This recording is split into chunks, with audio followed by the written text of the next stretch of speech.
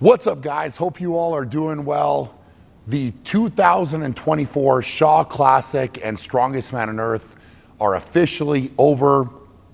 This is a wrap-up video for everything that happened, really. The Shaw Classic Expo, Shaw Classic Open men and women's competition, and then, of course, the Strongest Man on Earth. So, really crazy weekend. Obviously, my output is incredibly high with this event, leading up to it, during it, and then after it. So this is the first time I have really been able to get in front of a camera. You can probably tell my voice is still a little bit off, but just wanted to share a few thoughts about the weekend, and obviously give a wrap up. We're going to talk about prize money, which is definitely the exciting part, and that'll be coming up here really quickly. So going into the contest, setting a stage for all of these competitors, all of the open competitors for sure, and of course all of the Strongest Man on Earth competitors. That's really, really important to me, to take out the politics and the corruption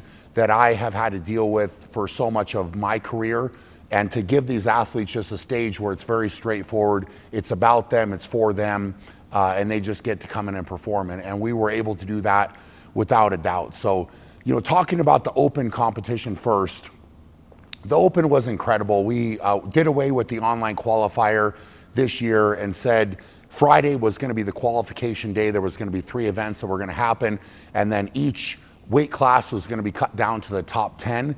And I feel like overall that worked really, really well with that Friday. A lot of competitors showed up. Everybody laid it out on the line, and then we were able to cut it down to the top 10. Top 10 moved on to Saturday and Sunday. They competed in the morning both of those days, and it was neat to see some people come out and watch them. We did that live stream for free on the Strongest Man on Earth YouTube channel for people to see. And I feel like overall there was a very, very positive response from that, especially from the competitors. And real quick, just wanted to name off the top 3. All of the weight classes got paid evenly here. So we did a $3,000 for first, $2,000 for second, $1,000 for third. So combined $6,000 for each class. 4 classes makes that $24,000 total. So we're going to go from the lightweight women. We had in third Holly McRae, second Taylor Woods, and winning the lightweight women's class was Kira Rickson. Heavyweight women, Nadia Stowers was in third, Nicole Greenwich in second, and Melissa Peacock took the win there for the heavyweight women's class. Really, really fun to watch all of the women compete. They did a great job. And then the lightweight men, in third was John Alomo, second Matthew McQuinson, and taking the win was Alec Sukup. And those guys, again, laid it out on the line. Very fun to watch them compete. And then the men's open heavyweight was hotly contested this year. In third was Timothy Buck, second Nicholas Gardione, and taking the win in the heavyweight open men's class was Joshua Spurgeon. So Joshua Spurgeon earned his spot into the Strongest Man on Earth in 2025, and all those guys come out to compete hard for that top spot and really lay it all on the line. So I think the open contest, we will go back and review everything there and make improvements as we have always tried to do. But overall, I feel like there was a lot of appreciation there, and setting that stage for all those athletes was very, very fun. So let's move on now to Strongest Man on Earth, and we'll talk just briefly about the contest. There's a couple different things that have come up, and I, truth be told, probably have missed maybe some stuff that has come out, and I'm sure in my wrap-up meetings and going through all the notes that were taken, I'll probably discover even more, but I just wanted to kind of address a couple things. So, going into the contest, all of the men in this contest were very well informed of the rules. We had a very detailed rules meeting where I even demonstrated all of these different lifts to them, and we were in the rules meeting going through what was acceptable, what was not acceptable for a lift, and speaking about the deadlift in particular, I was deadlifting a bar with straps. We talked about where the hand needed to be, how the thumb needed to be wrapped around the bar, how the strap needed to be locked into the bar, and that you were not allowed to let the strap slip down so that the hand was opening. And we, again, front view, side view, talked about it with all of them. Any questions were addressed at that point in time. So all of the competitors very much knew the score going into the deadlift. And, there's a couple tough calls that needed to be made with the deadlift, but the standard needs to be held. And, across the board in top level strongman, I think that the case is that the standard just has not been held. And so when you come into a contest and you're expected to hold that standard, you maybe fall back on that.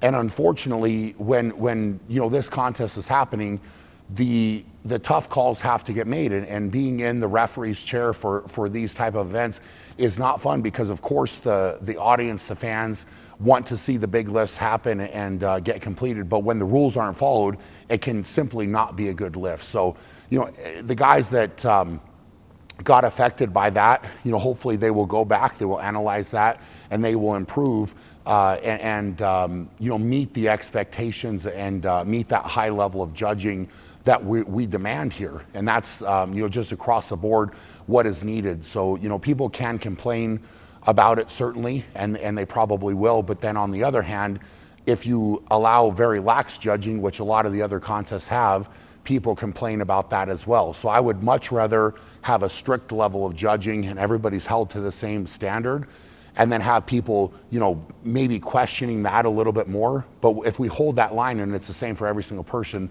there is nothing wrong with that at all. So I was watching the deadlift happen, and I'm very comfortable with all of the calls that were made, and I was very proud of, the referees for holding that standard.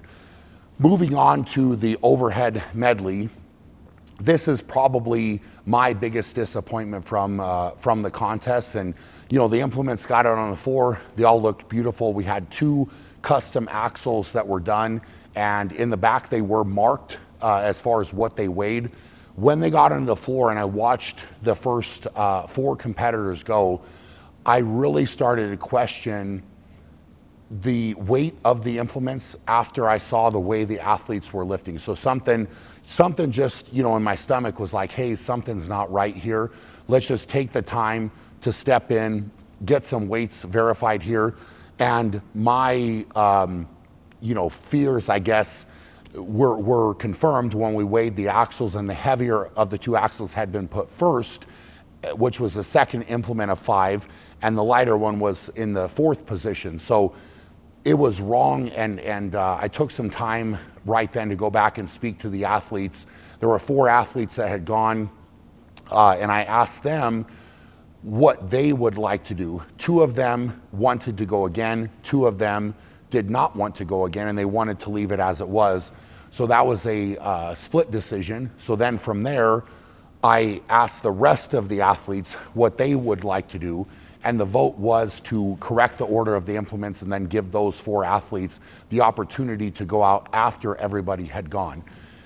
There is no perfect solution for something like this, and as I said during the event, I take full responsibility of this because I had the implements made. Maybe they should have been marked, engraved clearer, and then that would have eliminated the confusion here. But at the end of the day, what happened, and the implements got put out in the wrong order. So I had to step in. We had to correct it the best that I possibly could. I mean, I felt incredibly disappointed in myself for allowing that to happen within the event. But when tough things happen, you have to step in and try to correct them the best way you possibly can, and that's what I did. So, there's nothing that I could do in that moment to make it perfect, to make it right, especially for those 4 athletes. But we stepped in and corrected it the best way we could. And so the rest of the overhead medley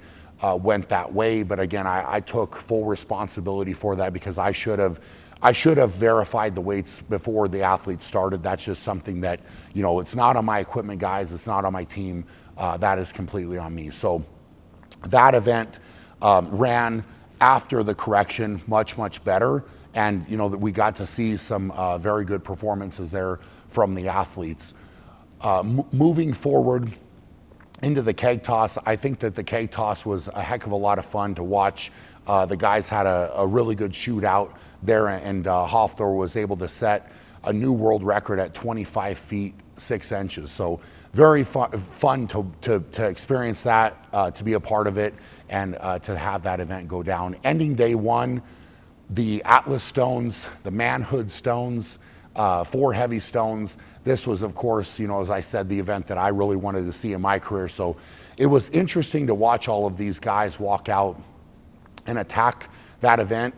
But the reality is, for them, basically none of them in their strongman careers have had this type of stone event, or at least those type of stone weights, to contest during a contest. So I think there was from an outside perspective watching them, I think there was a lot of mistakes that were made by the athletes as far as tacky selection, number one, the lack of them coming and pre-tacking the stones, number two, and the way that they approached the event. Also, I think that some of them, if they could do it again, would probably come back and improve on that, overall. And I think it's with this event, like I said, it's a lack of experience in a lot of ways, in the way that they went forward. I mean, I was able to talk to a number of the competitors after the contest when we had them, for the day of fun after, and I just went through, kind of 10 minutes of what I used to do to prepare, the way that I would prepare for those type of stone events, to make sure that everything was dialed in. And I think for a lot of them, that was pretty eye-opening, because they definitely didn't approach it that same way. But hopefully they have the event, and if they were to see the event in the future or something like that, they could go back and improve, and really that's what it's all about. So there was nothing wrong with the stones at all. All the stones were perfect. They were brand new. They were made by Steve Slater. Steve knows how to make stones. Everything was fine with that.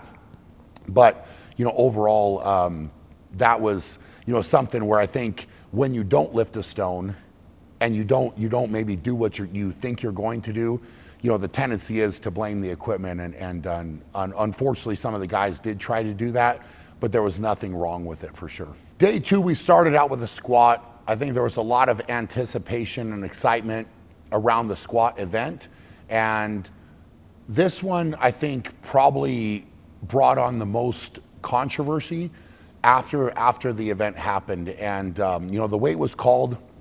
It was 811 pounds for the guys to lift. So that was dialed in. All of them were told between 750 and 850. So we fell pretty much in the middle of what they were told as far as the weight. And in the pre-event testing, we got an angle of their knee, we got their foot position documented and pictured, we got the bar position on their back documented and pictured as well. So what people need to understand with the squat is this is a strongman squat. So all of the guys were measured up equally. All of them, did the same thing. But once you get under the apparatus, your only responsibility as an athlete is to take it off the rack, go from top position to bottom position with the barrels, touch the bottom, and then get back up. So once you are under the bar, there is no judging of hip position or knee angle, how parallel your thigh is, any of your hip crease, any of that stuff basically goes out the window, and all you have to do is move the weight from point A to point B and then back up to point A.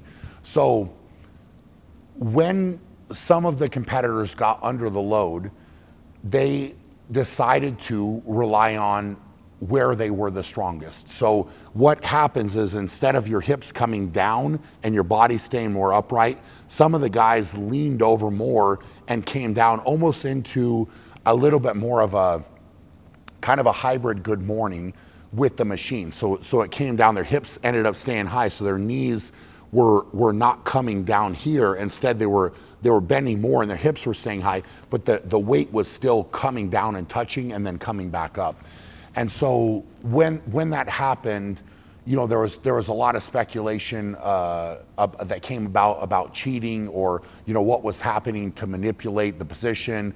Was it measured wrong? Like what had happened? And the truth is that everybody just got under the weight and lifted it. And we, as a contest, there was no indication of, okay, at the bottom, they have to touch something or they need to come down to a certain angle. So basically it was just come down and touch. We had, the measurement of the contact force so that they couldn't drop it too hard, and then they had to come back up. So, this brought on a lot of speculation. I think there's oftentimes confusion with an event like this, and this has happened in strongman before, where you've had, different squats where you have to come down and touch at the bottom.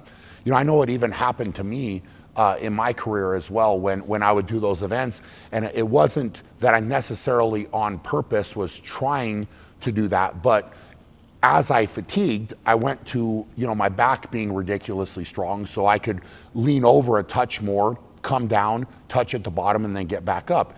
And so naturally, I think even with me, most likely at some point somebody said, hey, Brian, his hips are higher, but it was because I was just relying on my back to take the weight up and down. So that's really and truly what happened. It wasn't a failure on our part.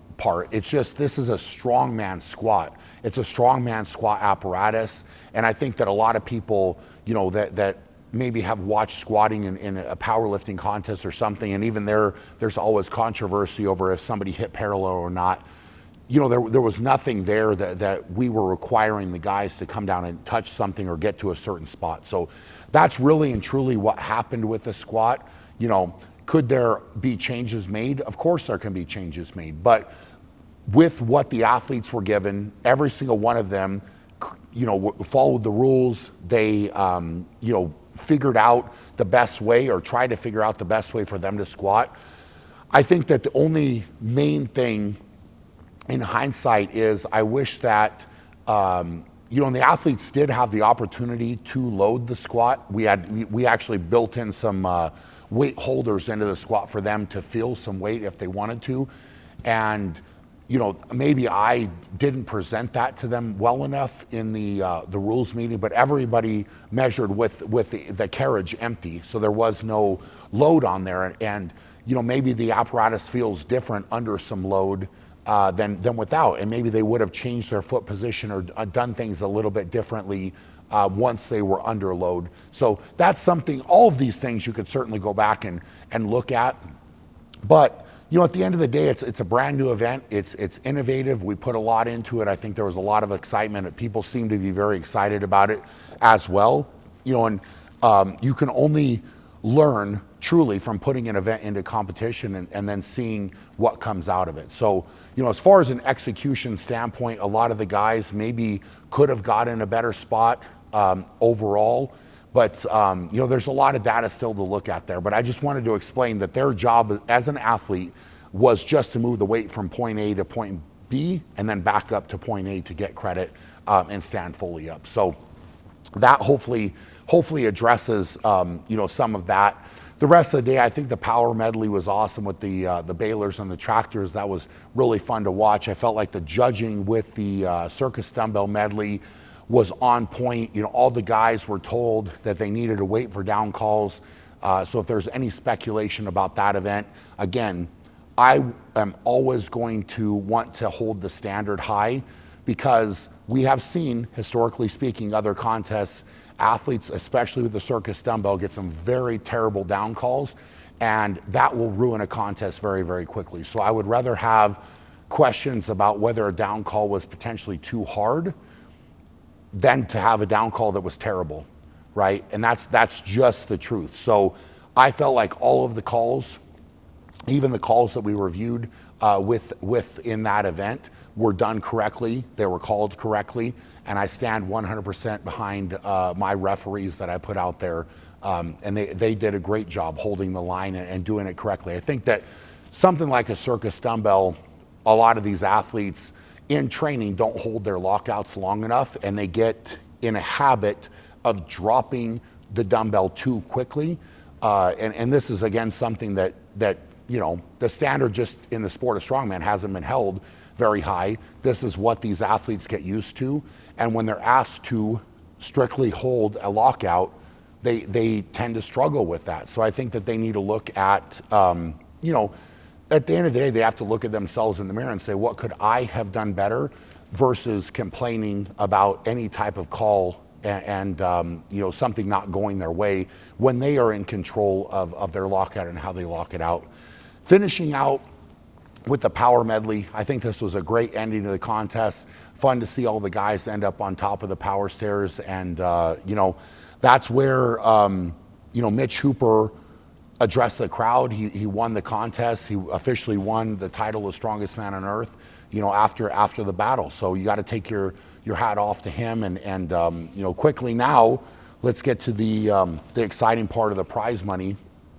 So prize money, and we'll just kind of go up quickly through all the guys here. So in 16th, Alexei Novikov got $1,052.80. Pavlo Kordiaka was in 15th. He got $1,842.40. Avar Smokstelis, 14th, $2,368.80. Tristan Hoth in 13th, $3,421.60. Matt Ragg in 12th with $4,474.40. Maxime Boudreau in 11th, $5,527.20. Thomas Evans in 10th with $6,580. Wesley Dorinsky in 9th with $7,632.80. Bobby Thompson in 8th with $8,422.40. Tom Stoltman in 7th with $9,475.20. Evan Singleton in 6th with $10,528. Austin Andrade with 5th place, $12,896.80. Trey Mitchell in 4th with $15,002.40. Lucas Hatton in 3rd with $28,952. Hafthor Bjornsson in 2nd with $44,744. And Mitch Hooper in 1st place with $100,016. So just over $100,000 for Mitch Hooper in 1st place. And in total, that breakdown was $263,200. So that's what we got the prize money to this year for the strongest man on earth. Very, very proud of that. As of right now, that has topped the Arnold, it has topped the World's Strongest Man, and the Rogue Invitational at this moment, although they do increase their money or tend to increase their money, is listed on their website at 257,000, just over 257,000. So, depending on how much they increase, right now, our prize money would be the top in the sport of strongman, which I'm very, very, very proud of. So if you combine that with the Open at 24,000, and then also we ran a top level grip contest, which we contributed $3,250 to, all combined is $290,450. So out of the event overall, I'm very happy with that. The output is tremendous on Carrie and I, our team, the people that come in and help overall, and the event is special. The crowd that it draws is special. The athletes performing and getting that stage is very, very special. And I hope truly that there's a lot of meaning that comes out of that for them.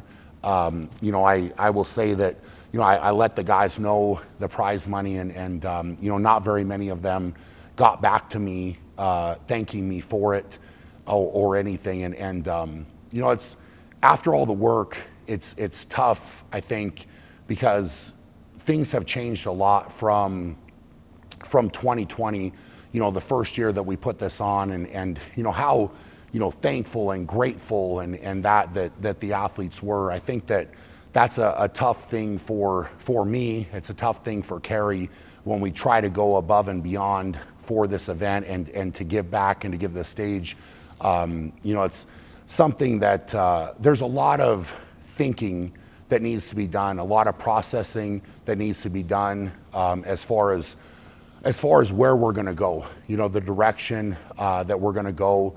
And, right now, coming off of, it was, I guess, 9 days of when I first started moving equipment up there to get it back, to get the final trailer, back here last night. It's a lot of output for sure. And, it definitely takes a lot. So, I don't want to say too much more, but like I said, there's a lot of meetings, a lot of talks that have to happen about the direction, about where things are going to go here. And I will analyze all of it. Carrie and I will talk about all of it, and everybody that was involved will talk about it, and we'll figure out, where things are going to go moving forward for sure. But, I wanted to jump on, give some insight. If anybody did have had questions, then obviously we are tremendously open with the prize money that we give to these athletes. Whereas, a lot of the other contests,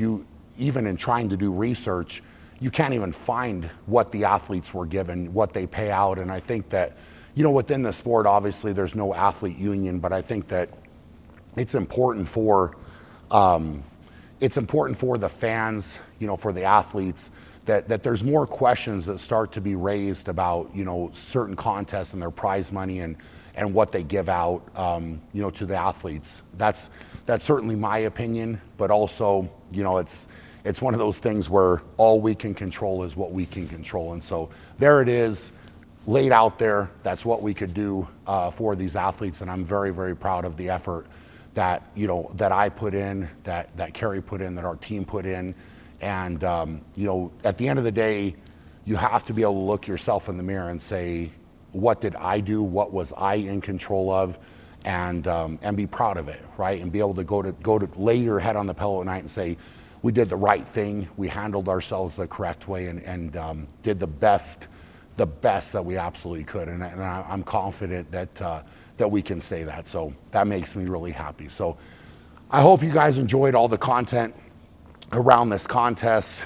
Everybody, I think, saw the step up in the live stream and hopefully saw the step up within the contest. So, if you want to check it out, it is still available. And if you missed it or were out of town or unavailable this past weekend, you can still get access. It's ppv.theshawclassic.com. You can check out both days, replay it for a year or so. If you want to enjoy all the excitement, you can certainly still do that. I really appreciate all the support, all the love, the outpouring this past weekend was tremendous. And it just means a lot, guys. So I hope you all are doing amazing. For now, going to be great. We'll check you guys later.